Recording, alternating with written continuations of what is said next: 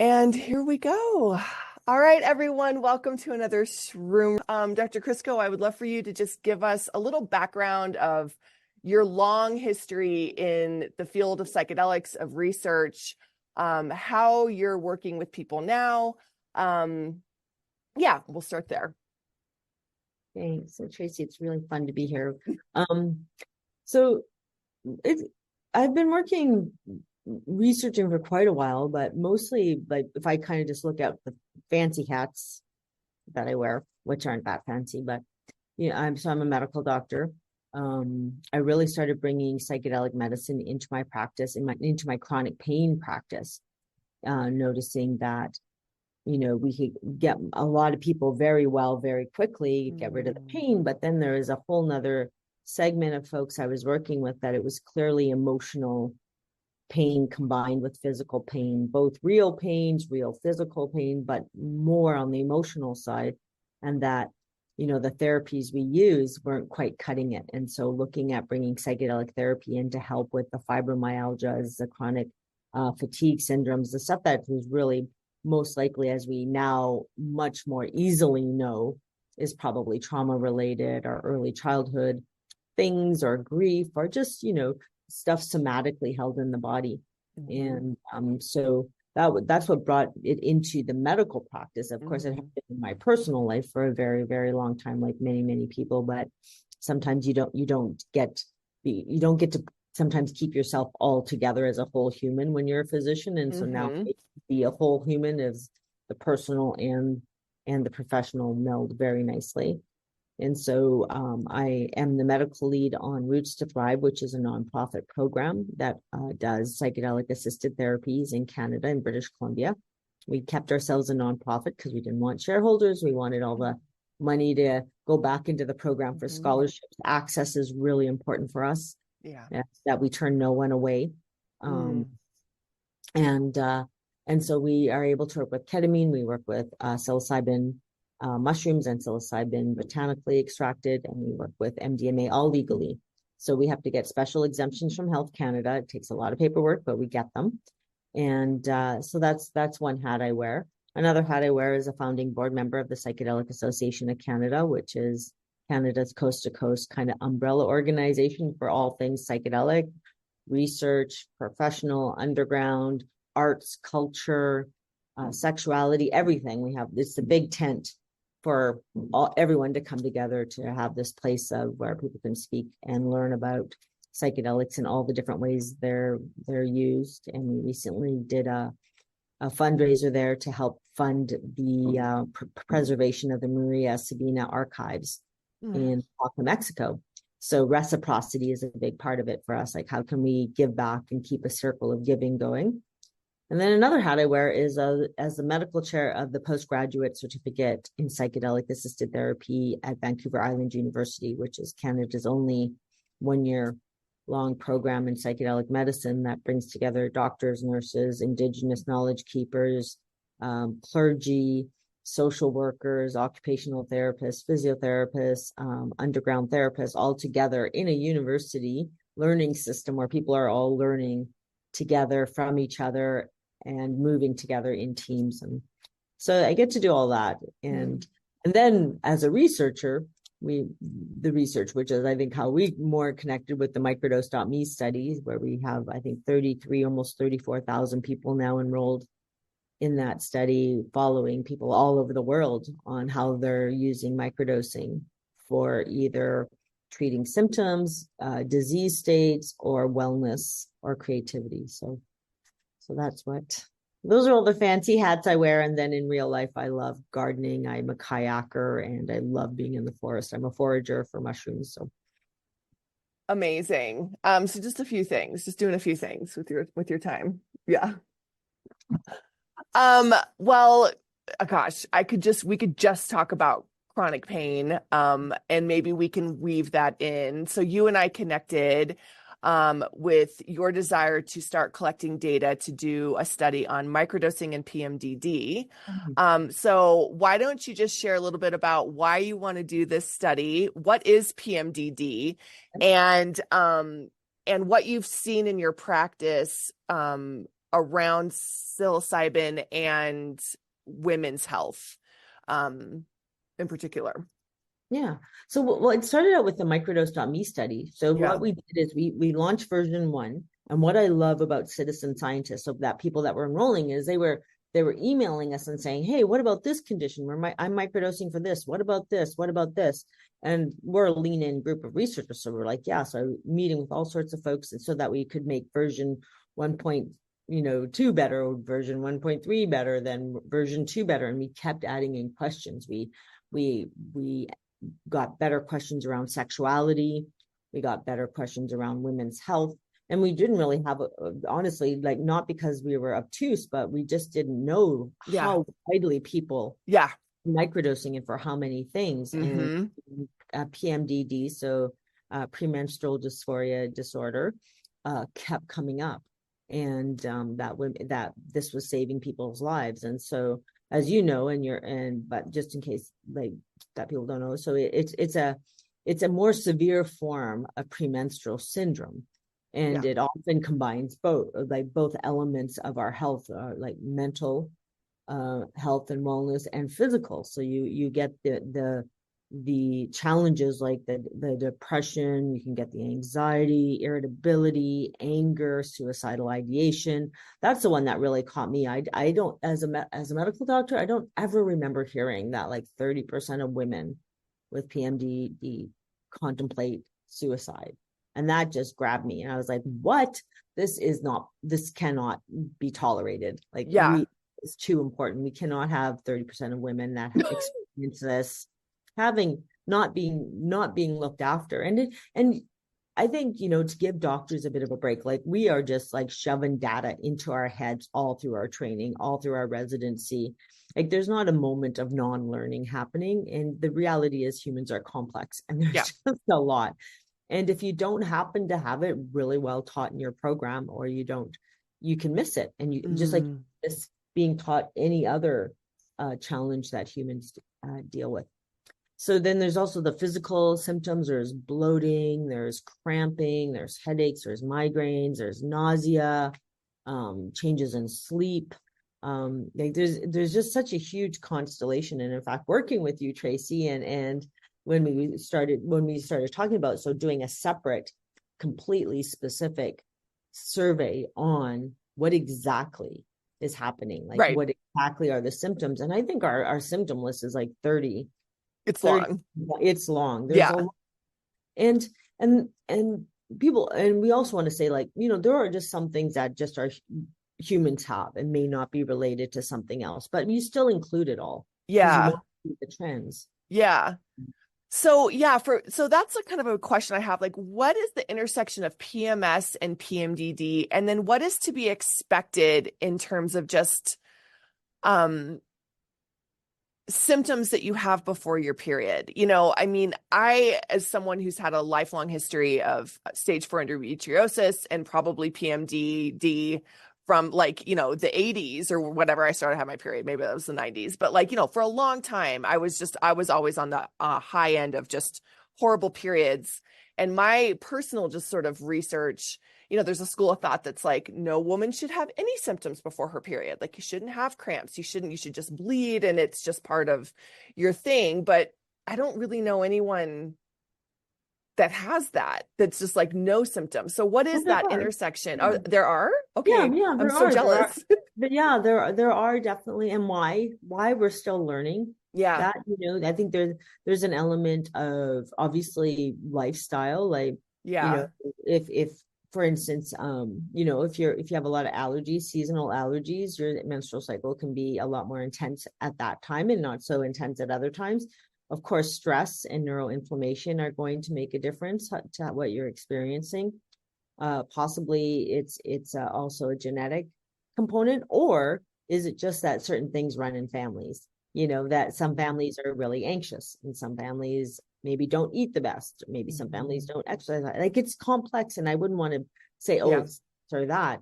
I think it's like there's so many constellations for each person of Mm-hmm. mixtures of it that over time, I think we'll start to tease it apart a bit more. And Okay. the nice thing about working with like microdosing psilocybin is it hits so many receptors, it does so many things that, maybe if we have something that's effective over time, maybe we'll figure out the mechanism of action. And the reality of most things, whether it's herbs or vitamins or prescription medicines, is we do not 100% know the mechanism of action. It's complex because we can't follow, for instance, magnesium from the mouth Right. through the human body and go, how we don't get to actually see Like, it in there it is. That's where the yeah, cake kicks in. Yeah. we just don't have that technology yet. So what we do is we use these proxies of cells, like we watch cells in dishes we give it to animals and then we see where it is in their body on autopsy. So I always invite people to say, it's okay to let go of the need to know exactly why, as long as it's working and it's safe, because most of the mechanism of action is unknown or is really theoretical. And then when you like going back to the real question that you had is like these constellations, like why some women get it and some people don't, and what's the difference between the two. So PMS tends to be something that you would consider like tolerable and you get some cramping, but a couple ibuprofen sort it out and you're fine. Or you're, maybe you're irritable and your partner is like, oh, I think you're about to start your menstrual cycle because you just bit my head off. And you're like, oh, yeah, right. Okay. But it's tolerable. It's like, I know it's happening. I can function, I can work, or maybe I take a day off or, I get some help. The mom comes, well, it takes care of the kids while I go to the, stay in the hammock for the day or something like that. Yeah. But it's tolerable. Whereas PMDD moves it into where it really is impacting daily functioning. So, and what does that mean and that again is a spectrum. For someone, it could be something that one woman would say that impacts your functioning, whereas somebody else is. So again, it's a little bit of it is a diagnosis based on how many check boxes you check off. But so the severity is very individual. So what is severe to one person may be minor to another. So the PMDD means that people are consistently getting it, and just usually mostly in the 1 to 2 weeks prior to the menses starts, but not for everyone, which is why this survey is so interesting.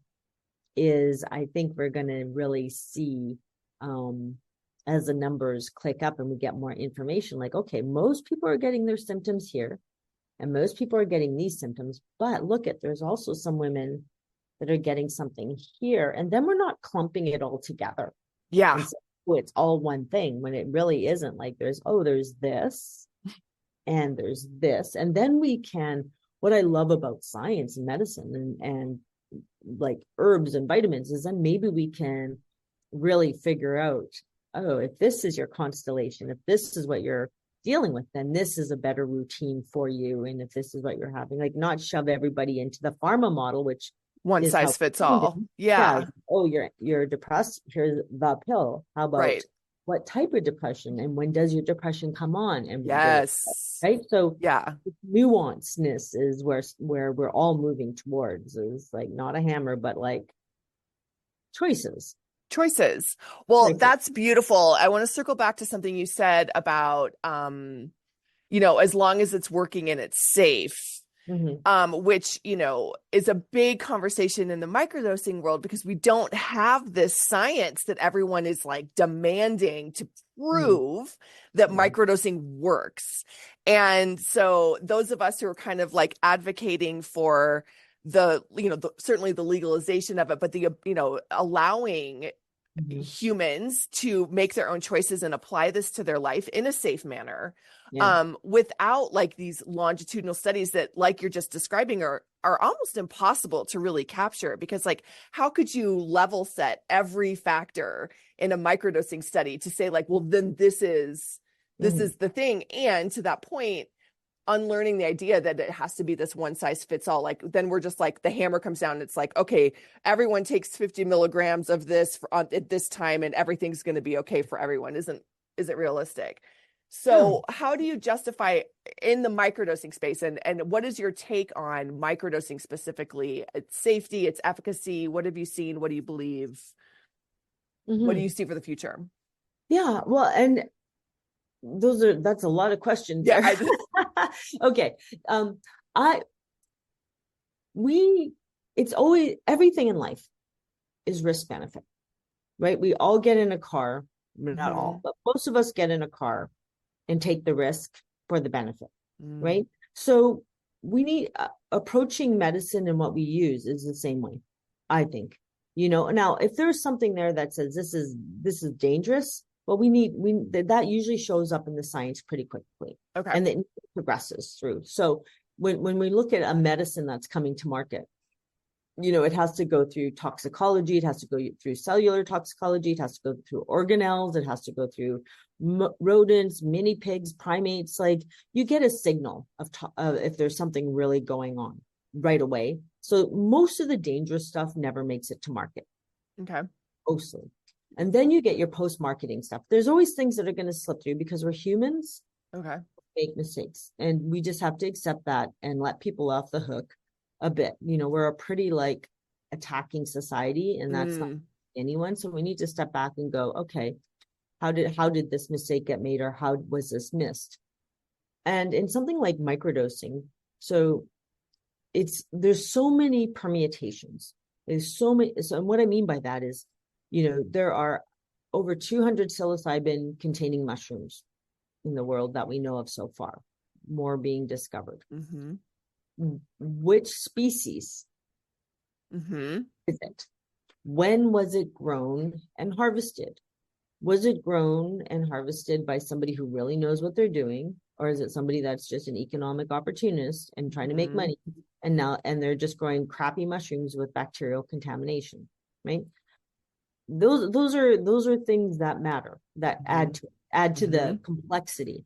And then there's different mushrooms have different percentages of different constituents. Like, there's in some mushrooms there's up to 2,000 different constituents, and they're all in a different percentage, right? So, like, nature is complex, and then you look Yeah. at the complexity of a human, Right. right? So now you've got 2,000 constituents in a mushroom, however many constituents you want to take in a human, and you're going, oh, what is the definitive Right. reduction?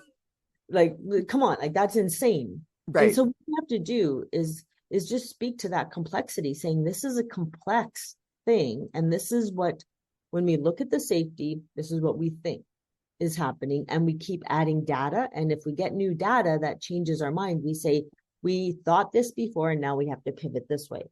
And this is what really messed people up in COVID, is not understanding science advances every time there's a new piece of information. So Mm. on Monday we thought this, but we got new information, so on Friday we have to pivot and say, this is what we now know, right? Mm. That's how science advances, right? You keep Right. adding. That's how we grow as humans. We see things, we learn things, we keep advancing.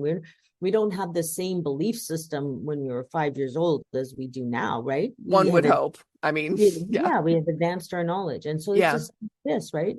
And so it's these big longitudinal prospective observational studies like the microdose.me study that Yeah. help us see what are the trend lines. Oh, it looks like cyanescence is helping more for cluster headaches. Mm. Oh, it looks like, I mean, I'm just making up stuff right now. So Okay. these are just Everyone's like, like writing it down. no, Yeah. no, these are fictitious examples. Yeah. Oh, and it looks like cubensis may be more helpful for this at this schedule.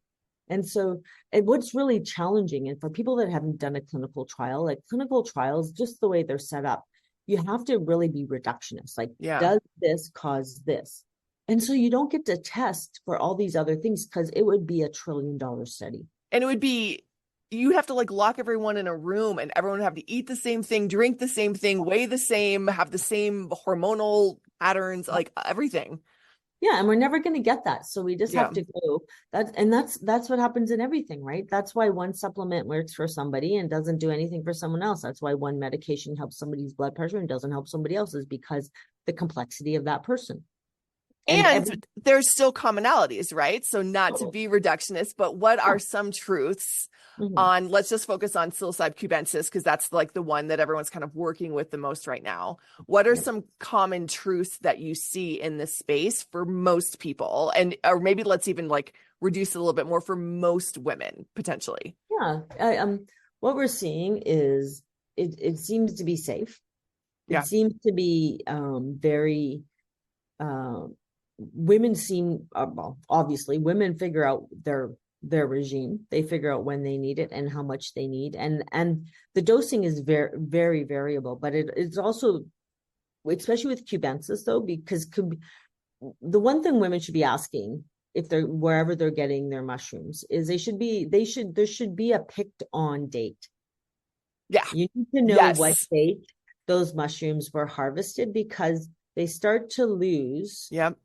their potency. And so you need to know they were picked on this day, they were air dried, and I'm getting them on this day. Now you can do the math and go, okay, well, they probably lost 10% because they're a year old, or they've lost 20%, or, so people out there have to start putting that information on, these were harvested on this is the way we preserved them. We dried them by air drying. We dehydrated them, or we heat, or right? Mm-hmm. So those sort of things matter too, right? So that's why you're going to have the variability. But we do know, like if you've got fresh cubensis that have just been air dried, they're going to be at the highest potency they'll ever be, that you'll need less there. Whereas if you're still working through that jar, if you happen to you grind them up yourself and you have a jar, then maybe in a year's time, if you still have them and you're using them, you're going to need a little bit more.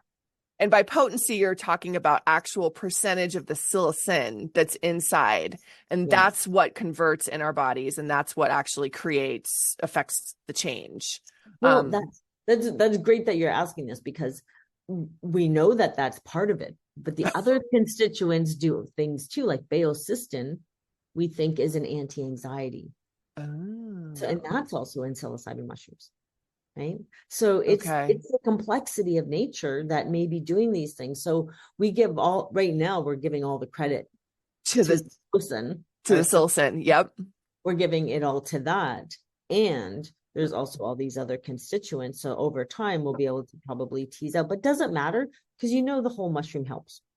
Right. Right. Over time we'll figure it out. We'll figure out, oh, maybe for if your PMDD is more on the anxiety side, then you want a mushroom that has more baeocystin. Maybe we'll figure that out. Maybe that'll be a truth in the future. I don't know yet, but the thing is, it's about what we do know is like I said, it's if it's a very safe medicine.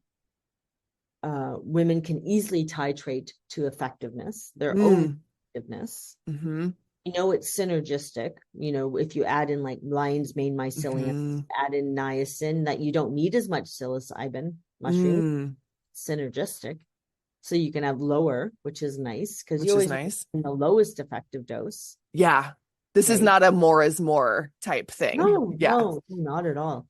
And that's this more is more is interesting, because in our body, everything is at like physiological levels. And I'll give you an example. So melatonin in our body is very, very low in micrograms.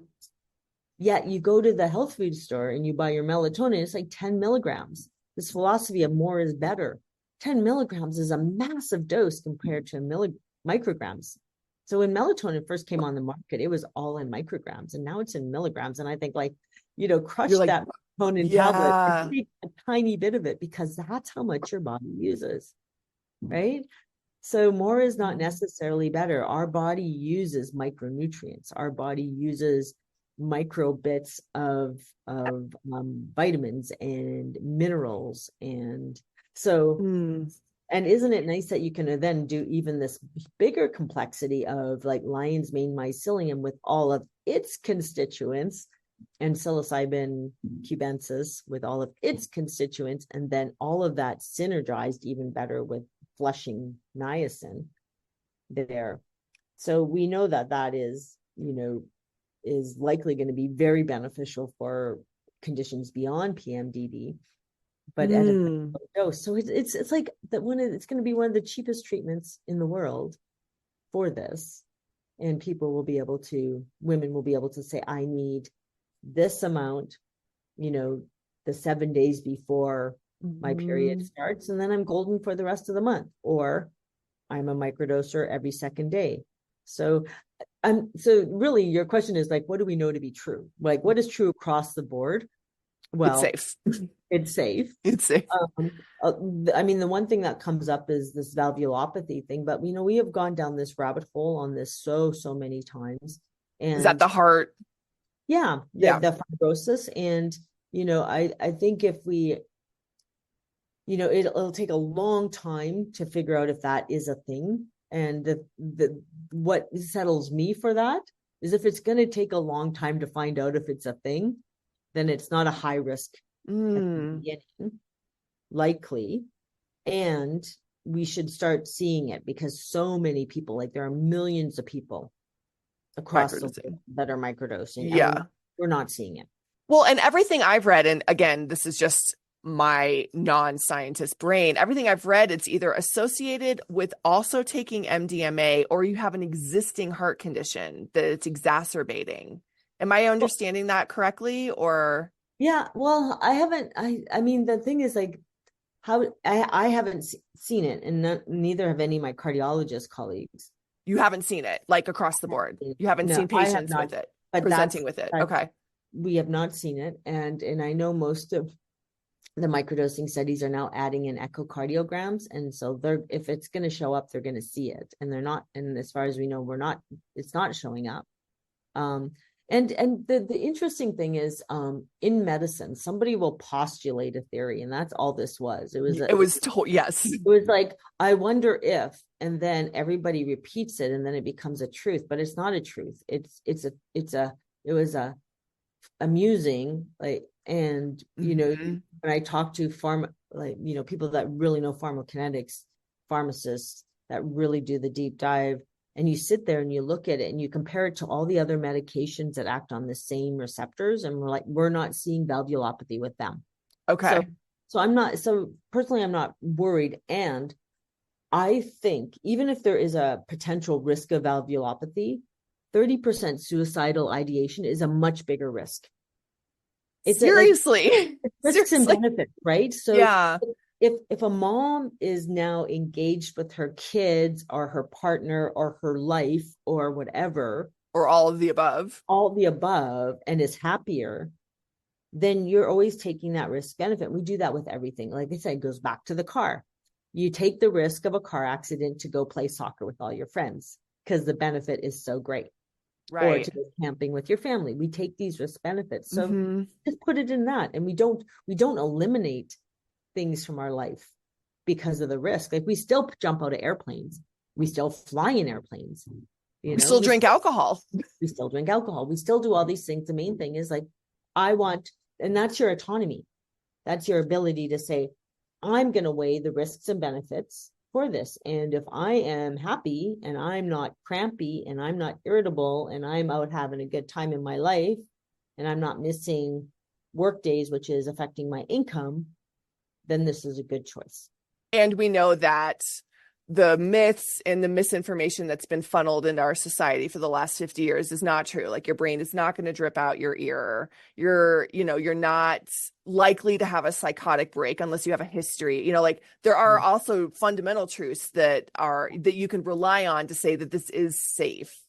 Can you Yeah. speak to Well, that? yeah, Or yeah. Well, that's a nice thing about the epidemiology scientists in our midst, right? They look at these long-term things. Like for instance, like cannabis was one where like, oh, cannabis and psychosis is really going to, well, in Canada was a great example of looking at that. Like we legalized cannabis federally in Mhm. 2018, earlier than that for medicinal reasons, and we did not see schizophrenia go up. The Mm. baseline levels of schizophrenia stayed the same. That data is published by people that are much smarter in that area than I am.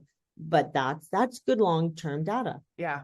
right? So Yeah. we don't see these blips, right? But here's a blip that, social media, 2012. What do we see? We see anxiety going through the roof, depression going through the roof, women, girls cutting going through the roof, eating disorders going through the roof, right? So if we really want to focus harm in our society, we're going to kill social media is what we're going to do. And we're going to hold those people accountable for the harms to society. So like if when we got to put things in thing Perspective. before you go after microdosing, let's shut down the algorithms of social media. that are truly killing people, that are actually killing people, Like, that are yeah, actually verifiably. Yeah. verifiably killing people, hurting people. I thought when I went into medicine, I thought I was in the age of less doctors. Like I thought, you know what? We're on Oh, a tree interesting. of healing. We're on a tree, like people are getting better. People get it. They got to eat better. You got to exercise. There's pharmaceuticals are great where they're needed, and wellness is great where like everything is welcome. Wellness is welcome. I thought I was going to be out of business. I was like, yay, I'll be a doctor Yeah. for years and then I'll kayak for the rest of it. Right, right. And social media has changed that. Like mental health, Wow. all of that. Like we're just seeing it going up, like resiliency is going down. So Mm, all the moms out there, like take the phones away from your kids. mm, Give them a flip mhm. phone. Agree. Get all of the families together and say flip phones until 16. Mm. That's it. We got to take it back. Like seriously. But anyways, I bring that up because it's a perspective of if we're worried about harm in society, then let's go for the harm and Let's go for the harm. Yes. let's clean that Well, up. And oh, moms can do that. Moms have so much power. Like take it back and start leading because, and then the microdose, and so much of this, even like with the microdosing, I bet you we would see less women needing microdosing, although I don't care. I think you can use it for wellness and creativity as well too. yeah, I believe you have the right to your own consciousness to do with what you want. 100%. But if your anxiety is down, if your inflammation is down because you feel happy and safe and you're not worried about your teenager being texting with some predator or Mhm. cutting because she's not 5 pounds, all that stuff, like I think we would see this drop down too. Well, that I love that you said that because the first thing I ever said when I started Mom was that I hope I'm out like you. I hope I go one day that Mom is not needed, that I'm out of business because you've microdosed, you've worked through the things, you've created a relationship with this medicine. It's an ally in your life for the rest of your life because it can be a lifelong ally. It's not going to, well, you can confirm this, but my understanding is that, it's not going to age you faster or make you deteriorate faster as you age. In fact, it can help that stuff. Yeah, But then you don't need anybody. You can just do it when you need. It's a round of antibiotics for intrusive thoughts. And we don't need people harping on why it should be a lot, accessible to people. totally. And it's going to change. It's going to change. It's going to change quickly. So I think it's really important too for people to take the lead.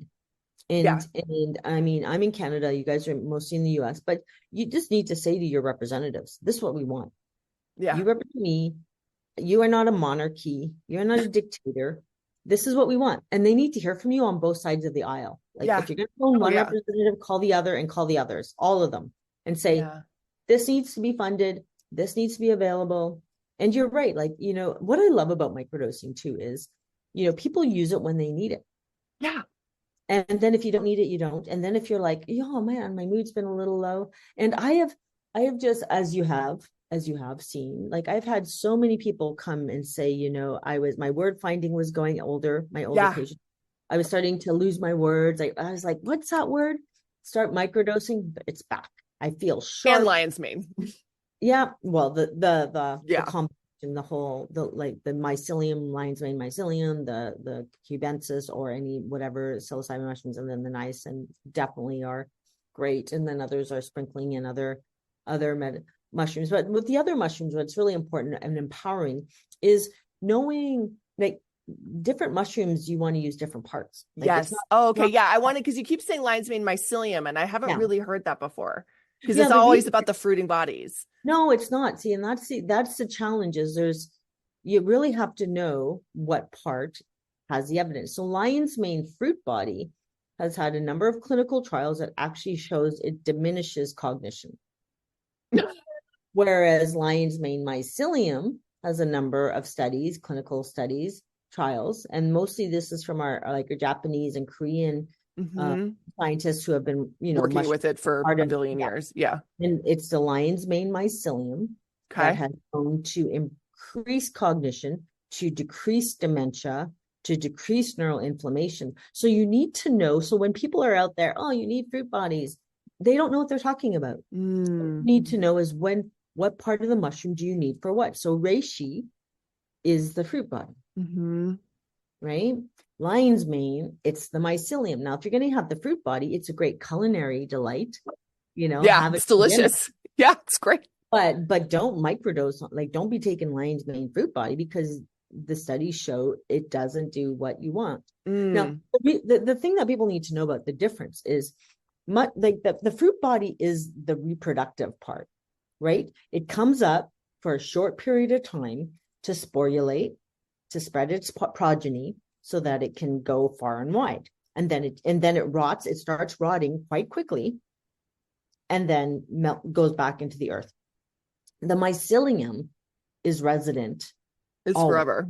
Yeah. and it is immunologically strong because it is in the trees, like in the bark, it's going in Mm. the trees, it's attached to the roots, it's in the soils, where it's constantly in interaction with other microbes, and it's constantly transferring nutrients and information, Mm. and it's immunologically stronger. So, and there's way more constituents. So when you take, if you took the same amount of mass of reishi mycelium and the same amount of reishi fruit body, there's way more stuff happening in the mycelium. Really? I mean, I feel like that's opposite of what I've been hearing lately, that everyone's like, especially in going back to cubensis, that the mycelium is the junk and that it's the fruiting bodies that's the potency, that has the psilocin and just the effectiveness. Well, see, that's where people need to know their mushrooms, and not, Yeah. so like, you want to get your information from scientists, right? Not from the frat boys growing the mushrooms, who don't know anything. Because they're in that age frame, like the 16 to 25, 30-year-old men that's the age range of I know everything, Mm-hmm. and they know nothing. And then they get 40, they turn 40, and they start to realize what a bunch of crap it was. What is it So about turning 40? It is like, it literally is the age of enlightenment. We could talk about that well, later. It is especially amazing. for men, Mhm. absolutely. Like they're know-it-alls young, and then they get their humility. Mm. They get older and realize how little they knew and how testosterone driven they were Mm. there. But so in cubensis, absolutely, you want the fruit body. Okay. Fruit body is a spiritual part. And there are types of mushrooms, like psilocybin containing mushrooms, where the psilocybin is in the mycelium. Mm. It's about knowing, again, with somebody that knows what you want. So that's the sclerotia, right? Okay. And that's what is commonly used in the Netherlands. So tamponensis, right? Yes. And the like the truffle, Exactly. which is the only thing that's legal Yeah, in but the it's not really a Netherlands. truffle. It's actually mycelium. It's actually Right. It's ball just called a truffle, but mycelium. the fruit body Yeah. is not legal. Yeah. You can only Yeah. sell and purchase the mycelium And in the that happens. Netherlands. That happens to be one of the psilocybin containing mushrooms where the psilocybin is in the mycelium, Oh, right? so it's actually like a good thing. Yeah, Like yeah, yeah. like it's like a law that's actually in the favor of the consumer. In this case, it was something that slipped in, and because of tourism, they'll never change it, which is good. Um, Totally. but yeah, so each mushroom needs to be looked at and go, where is the benefit? So chaga is in the mushroom conch. That's the Mm. want, right? So it's not an all or none. So if anyone is ever saying you 100% need the fruit body, or you 100% need the mycelium, they're not science driven. Like, they don't know anything about mushrooms, basically. What you want to do is Wow. know what part of like turkey tail, it's all mycelium, right? So if the data around breast cancer and turkey tail, it's all mycelium, Mm. right? So you need to know. And again, like, ignore the frat boys, because they don't really know what they're talking about. And they won't have the humility to say they were wrong for a very long time. And if it's in a birthday cake flavored candy bar, it's probably not even freaking psilocybin, but don't even. Well, and that's a good, that actually, here's a harm reduction thing for your audience is, a lot of people are now moving like amanitas, and because Yeah. they're legal, and I'm like, I mean, I know a lot about mushrooms, and I would not take amanitas. Yeah. I was like, what is the point? I mean, what is, like, there is not, it alters the colors, but you're not going to meet God or universal consciousness if you're going to do macrodose, right? But Well, you I've heard you like could kill shouldn't. yourself. Yeah, it's like you shouldn't do macro. I mean, I have heard a lot of people have had success, especially with anxiety, that amanita and sleep, insomnia, that amanita has been really, But they got to know, like, you got to get it at the right. and I would say to them, join a local mushroom foraging group, Mm, learn proper mushroom identification, harvest your own medicine. Because there was a study that mushrooms bought off of Amazon, not directly from the company, were mixed and often contained poisonous mushrooms. So bags of mushrooms that oh, you think bags. you get, like a bag of Okay. mushrooms where you're Oh, getting okay. mushrooms. And this is the challenge right now when we're in this in-between Hmm. stage, because for like the medicinal mushrooms, like like that are actually have gone through what's considered CGMP, certified good manufacturing process, and are inspected by the FDA, what's in the bottle is in the bottle. Okay. And if over here you can have somebody that is just powdering up a whole bunch of stuff they picked up when they're out in the forest and shoving it in a bottle and making some money. So it really is a super buyer beware. So Hmm. if you are getting mushrooms from someone, you want to be able to see them. You want to be able to see, like, oh, they are bruising blue. There is a blue taste Hmm. to them. If you did a spore print, that they are purpley brown, Mm. not rusty brown. Hmm. Like, you want to know that they're not a deadly galerina, that they're actually a psilocybin mushroom, right? So, and that's what I Yeah. love about, you can grow your own, You can grow your own. And, and you're, and that's why, legalization would be helpful because yeah, there would actually be some yeah, regulation and people would have to hold themselves to, we would hope, have to hold themselves to a higher standard. Now, out here in Colorado, this is debated because people are really starting to see that the cannabis dispensaries, what's on the market is way too strong, way mm, too toxic load of insecticides and different, yeah, things. And I don't even like buying from there anymore. yeah, Um, and it's, while there was regulation, we also cannot release the more is more approach. So everyone's like, great, cannabis is legal. Let's make it super cannabis, I and know. it's It's like not 40%. healthy. I know it's not good. And then for me, the drugs get the bad name, right? Like they get the bad rap. And it's not the medicine's fault, it's the human's fault.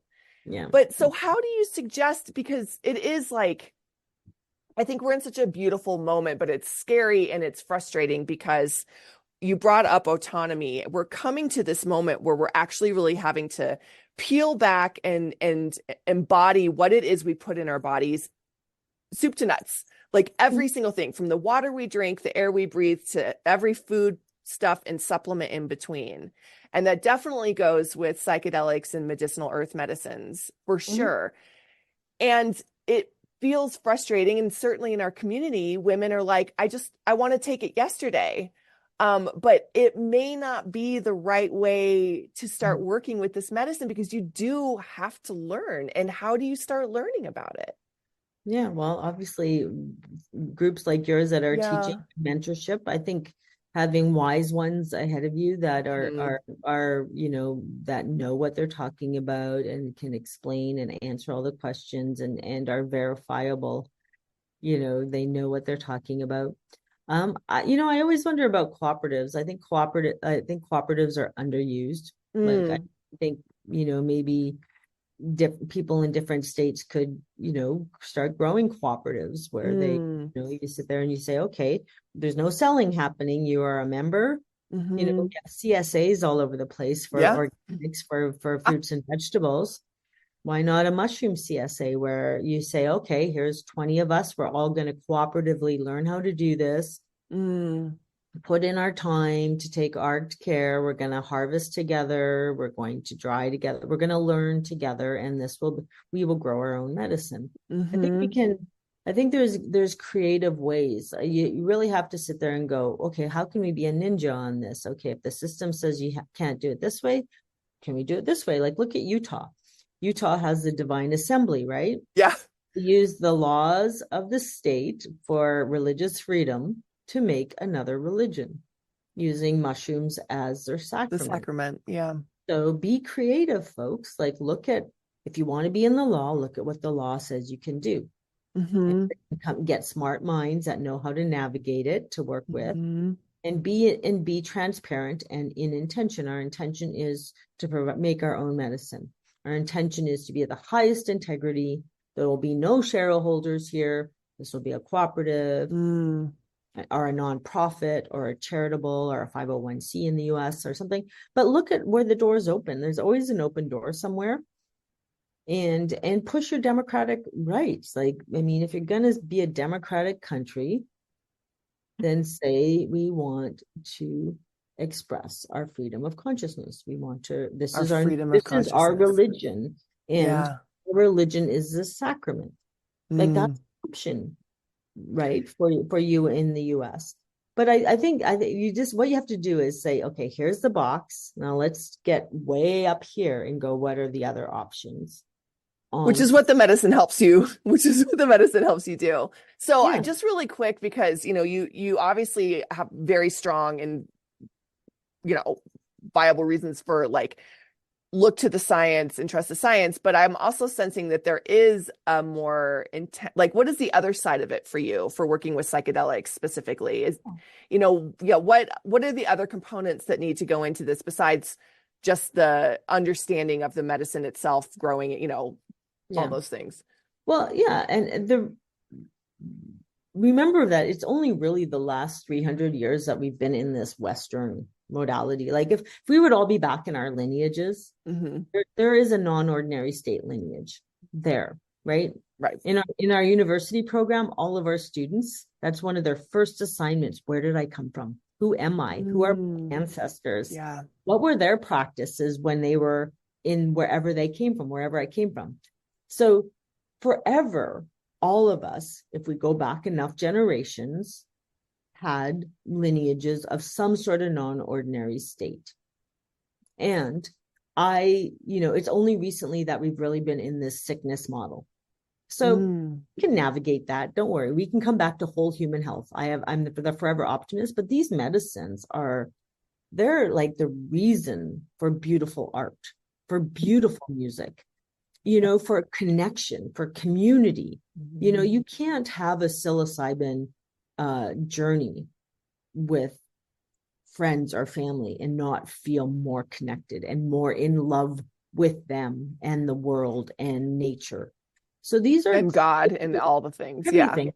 These are spiritual medicines. They make us happier. They make us better. They make us more connected. They remind us who we are, is what they do, is they bring us back to our true self. And if they can help with illness and symptoms too, hell yeah, I'm in for that. And it's the whole human spectrum, right? It's our creativity. It is science. It is spirituality. There are no art. These separations are completely artificial. They completely are. And they're detrimental when they're separate. Science and creativity should always walk hand in hand, because you need imagination for science. And they do. Every real scientist is spiritual in some way, is creative in some way. You have to be like forever curious to go, I wonder why. Because it is not fun to do a lot of research. It takes a ton of hours. You don't get paid well. You just have to really be doing it for the curiosity and the awe. And it's all these like we're coming back to whole human health. Coming back. So these are spiritual medicines. If they help us heal our ailments, like we look to our ayahuasca colleagues. Ayahuasca is a medicine of connection. It's a medicine of physical healing. It's a medicine of spiritual healing, of it'll heal symptoms, it'll heal health over time, depending on where you are in your journey. But ayahuasca is like, doesn't say, oh, you can only treat your treatment resistant depression, right? And so Right. it's the same. Yeah. It's a being that is much older than we are on this planet. And we're just happen to be in a couple hundred years of where we think of sickness and treatment and all that. So I think what's happening is, as these medicines come back, we're coming back into our whole human health, where Yeah. we're intelligent enough to hold all of this together. You can be a doctor who's creative and spiritual. You can be an artist who's scientific and entrepreneur. Like there's no, these separations are meant to divide us, and that we're just saying screw it, no Yeah. division. Completely. We're humans, Yeah. and we're allowed to be diverse, and we're allowed to disagree, and we're allowed to, Yes. and it's all fine. Right. And there's no, definitive right or wrong way, outside of like do no harm. Yeah. And I like that you said that, over time, these can help too, that this isn't also, we're also in a very materialistic age. And I think we're moving out of that as well, which is, you want this like immediate and visceral effect of something. Do you have to go? I'm sure you have clients. I'm keeping you long. I'm just answering like, things. If you don't mind my eyes going no, sideways. that's fine. I'm like, there's no way she can talk for much longer, but I'm gonna keep her on. But that we demand this visceral like manifestation of results. And I find that a lot in our community, people get very frustrated, but they're like, it's not working, it's not working. And to understand what working actually means and to soften around progress, however that looks for you, I think is a really interesting lesson that the medicine teaches, because it's not instant. I think people forget that their life is today. Like this is today. This is my life, not in the future. I want to be better so I can do something there. No. This is your life. This moment in time is your life. Be here now. And one of the best things one of my mentors has said, well, I have a lot of great mentors that have said a lot of great things, but one of them is like, life is a marathon, not a sprint. The learning is in it. There is something you are learning, so learn it. And especially love, like women or everyone in our program learns how to do tapping, EFT, because you can move through this stuff and you can learn from it. And once you get through it, anything, you can look back and go, I get why I had to experience that now. That makes sense. Maybe not right away, but down the road. And it is this marathon, but live in the now, vision for the future, live in the now, know where you're going, where you'd like to go, but live life today in the moment. This is your life, whether it's crying right now, whether it's pain right now, whether it's a good laugh, whether it's just sitting on your beautiful porch staring at the pine trees, live our life now. And I think if we can keep reminding ourselves, each other in our communities, live now. How are you now? And not being okay now is okay. We're, especially I find for women, we've been told that we can't be not be okay, right? So like if your now is I'm feeling real bad in my body, or my now is I have a lot of emotions and I don't know where they're coming from or how to navigate them. Like those things are okay. And the reflex of this instant shut it down, which is the pill out of the same bottle that everyone else has, only compounds the problem. But so being open and not resistant to uncomfortability, to pain, to not perfect nows is so liberating, because then it's just a moment. Exactly. And everything is through it, right? Yeah.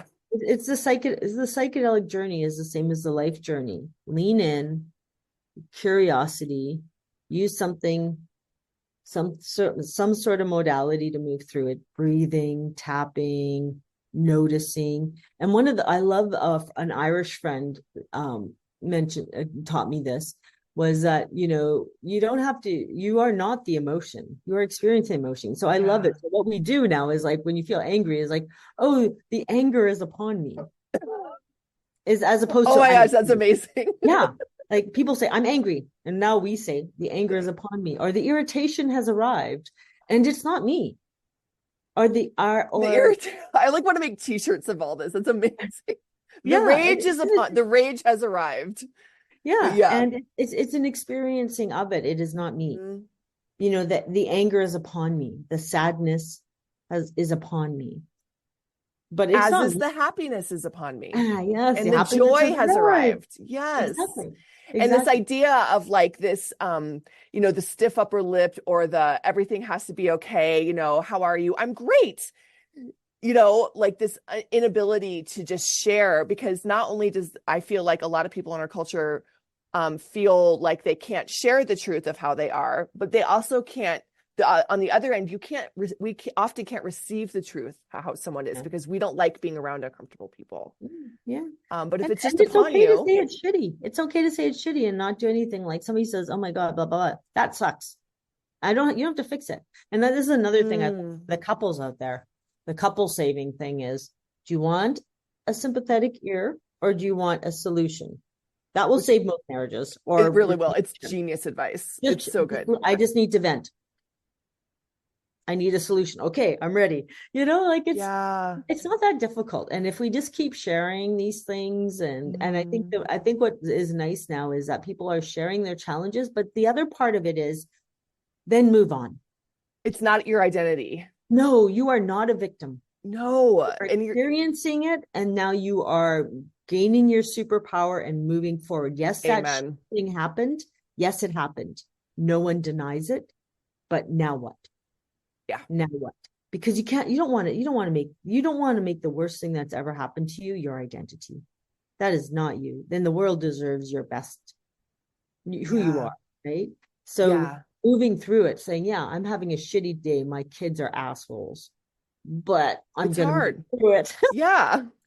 Well, or You allow know, that to be the truth for the day. totally. Because But if move you, through it. yeah, then move through it and learn from it. And I love how you relate it to like a psychedelic journey, because like we have this idea, a lot of people have this idea of how their journey, especially the first, it should look this way. I want this outcome. I want this thing. I want this realization. And this is like never going to happen in your real life. Like, why would it happen in an altered state in a higher dimension with a whole bunch of Yeah, stuff you going get what on? you need, and You that's get what you back need. goes back to the marathon. It's a marathon. More unfolds over time. Lean in. Now that the unconscious is conscious, now you do something with it, and then it becomes ordinary. But you got to be that integration, right? You have to do that, and you have to go through the shit. But you also have to vision what you want, right? If Sure. you're always looking in the rearview mirror to all the shitty things that happened, how your ex-husband was a jerk and your parents abused you, like that stuff happened. No one's denying it. But if you're always looking in the rearview mirror, you never get where you want to go. Right. So that's where microdosing can also be really great, even mini dosing, because I find like mini dose with a bunch of people that you can chat with, then you can move through and it can be very heart opening, right? You don't need MDMA. You can use Yeah. MDMA, but you can also use mini dose psilocybin or Oh, I low love dose. that. Like around the fire with people that you Yeah, love, and like have a in a good laugh. space of vulnerability and open-heartedness. Yeah. And because I think one of the beautiful things that psilocybin especially does is it comes up and out. It helps you release. Yeah. It just flies away after, especially after you say it out loud. I find like it's like the words energetically exit your body and they're And then gone. if it's stuck, you do the tapping. If it's stuck, hey, I'm really feeling it. Okay, good. And let's get people moving through the stuff. Oh my Women are gosh. superheroes. I Women are mean, superheroes. So you're not wrong. I'm not wrong. No, take the reins, make the world you want. Vision. I think it's really most important now. Get off the phones, get back into nature, get into community, sit around the fire, take over. Like it's time for women leadership. It's time for women to step in and say, let's go. We need a kinder, gentler world. And it's like this that we can do that. Yeah, yin leadership and not leading like a man, leading with the yin. And I don't even really I agree with you fully, but I've even been watching my words with like the idea of takeover. I think men, it's time to just step aside and let some yin energy come in. but we Yeah. don't need a takeover anymore. What we need is unity. Yeah. We need Yeah. compromise, and we need the idea that all things are not one way or the other. They're all things are Yeah. not, we're That would be never, yeah, boring. and Could you it's imagine if okay. behind you there wasn't a whole bunch of different types of trees? Like it would be boring. Like we need Yeah. diversity. We need to be able to disagree respectfully and walk away if we don't agree. And I love the fact that I can eat a million different ethnicities of food. Like what a Right. delightful world that is. Indeed. And Yeah. what a delightful, yeah, like the things that we do create, like how, what a Yeah. gift to enjoy them, Yeah. even donuts. I can't suggest that as the doctor, but no, I'm joking. Donut on. They are delightful, just in moderation, as all things. Maybe not shrooms, but maybe. I don't know. Um, Dr. Kryskow, thank you so much. I'm gonna have to insist that you come back and keep preaching to the group. But I'm really grateful for all the work you're doing. For those of you who just finished this, we'll drop the link to the study that is happening, and Yep. you're just kind I'll of come. out there doing your thing. It's not like I could send anybody your way, really. You're just out there Yeah, walking the well, people walk. can, if people want to see what we're doing at Roots to Thrive, we're there. Okay. Check the Psychedelic Association of Canada's got lots of great resources for And everyone. we got lots of Canadian sisters in this community, so that's Oh, great. good, good. Yeah.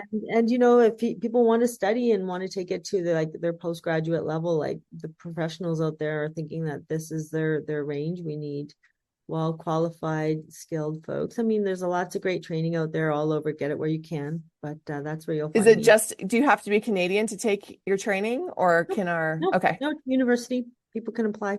We have international students. I It's am and like, I would seriously consider getting my medical license just so I could take your training. Probably not right. going to happen, but I would think Yeah, about and it. we'll get back together as we hit some milestones with the survey and go through the data. Amen. All right. Thank you so much. I'm really grateful for you. Thanks, Have a great day. everyone. Take care. Take Bye-bye. care. Bye.